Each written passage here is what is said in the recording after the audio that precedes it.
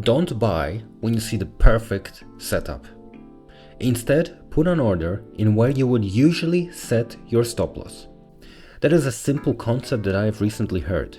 There have been so many times in my trades that I have consistently been stopped out. For example, I have been trading the flag pattern and there was a textbook breakout. I entered, placed the stop loss where I should have, and then instantly was stopped out. Whether this technique actually works or doesn't work, it will help you with two things. Firstly, it is going to teach you patience.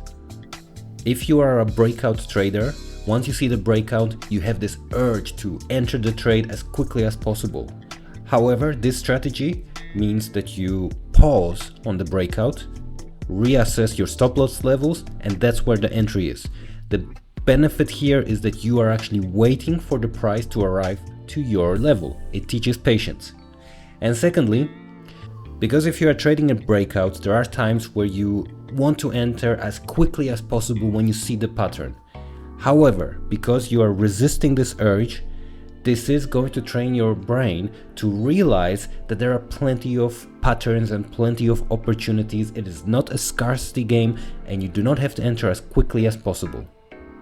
Here's an example on the chart. I have a flag pattern here.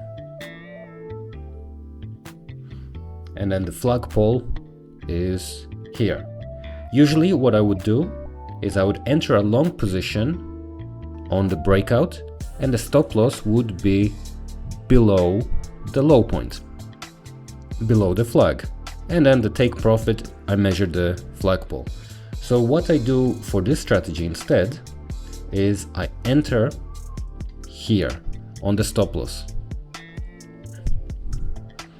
And I can set the take profit as before. And then this is what would happen.